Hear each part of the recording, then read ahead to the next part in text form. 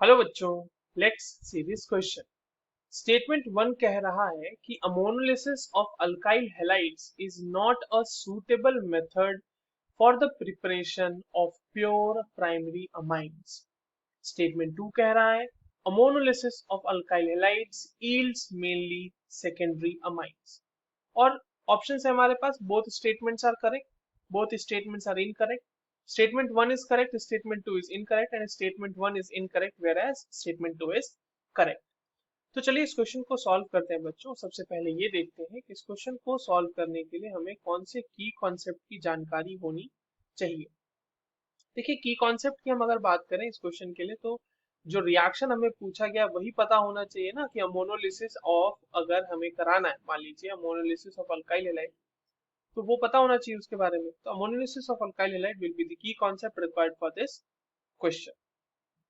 सबसे पहले तो एक जनरल रिएक्शन देख के समझते हैं कि अमोनोलिसिस ऑफ अल्केन मतलब अल्काइल हैलाइड है क्या। देखिए क्या होता है कि इसमें अमोनिया का रिएक्शन करा दिया हमने, किसके साथ, आरएक्स के साथ। किसी भी एक आरएक्स को आप ले लीजिए, उसके साथ इसका रिएक्शन हमने करा दिया। तो क्योंकि lone pair of ammonia can attack this R, और यहाँ पर से इस तरह से एक्स निकल जाएगा, तो यहाँ पर ये क्या बन जाएगा, are NH3 positive X minus, और फिर इसका रिएक्शन करा दिया NaOH के साथ, और यहाँ से ये बन गया R NH2 plus H2O plus NaX। तो ये हमें मिल गया ना, अमाइन मिल गया यहाँ पे हमारे पास। ठीक है, तो दिस इज बेसिकली अमोनोलिसिस का रिएक्शन, जहाँ पे अमोनिया का रिएक्शन कराया हमने RX के साथ, and in presence of ammonia the bond between R and X got cleaved, और उसकी वजह से हमारे पास क्या बना, हमारे पास अमाइन का फॉर्मेशन हो गया। ठीक है, बट यहाँ पर जो स्टेटमेंट वन कहा है कि ammonolysis of alkyl halide is not a suitable method for preparation of pure amine, क्या ये सही स्टेटमेंट है? तो नहीं, ये मतलब सॉरी, ये स्टेटमेंट तो सही है, और ये सही बात है कि प्योर प्राइमरी अमाइन नहीं मिलता। ठीक है, क्यों नहीं मिलता वो समझते हैं।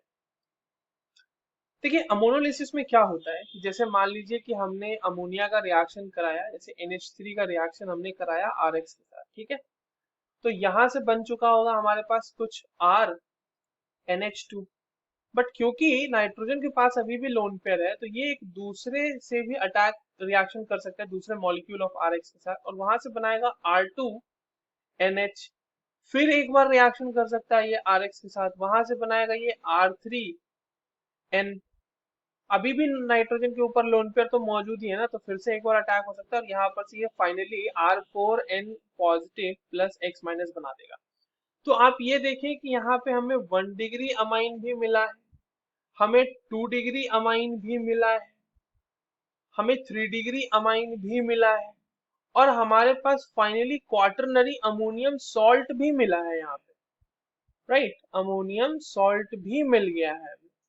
So basically what happens in case of ammonolysis, that it yields a mixture of 1 degree, 2 degree, 3 degree amines and ammonium salt।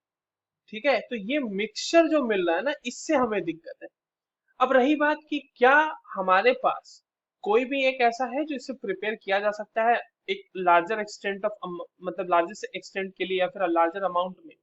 तो देखिए, अगर हमने लार्ज एक्सेस ऑफ अमोनिया लिया हुआ है, लार्ज एक्सेस ऑफ अमोनिया अगर हमने लिया हुआ है, तो वैसे केस में बच्चों मेजर प्रोडक्ट जो होता है वो 1 डिग्री अमाइन होता है, but still there will be some 2 degree amines और 3 डिग्री अमाइंस। राइट, तो अगर हमने लार्ज एक्सेस में अमोनिया लिया है, तो वन डिग्री अमाइन हमें मेजर प्रोडक्ट मिलेगा।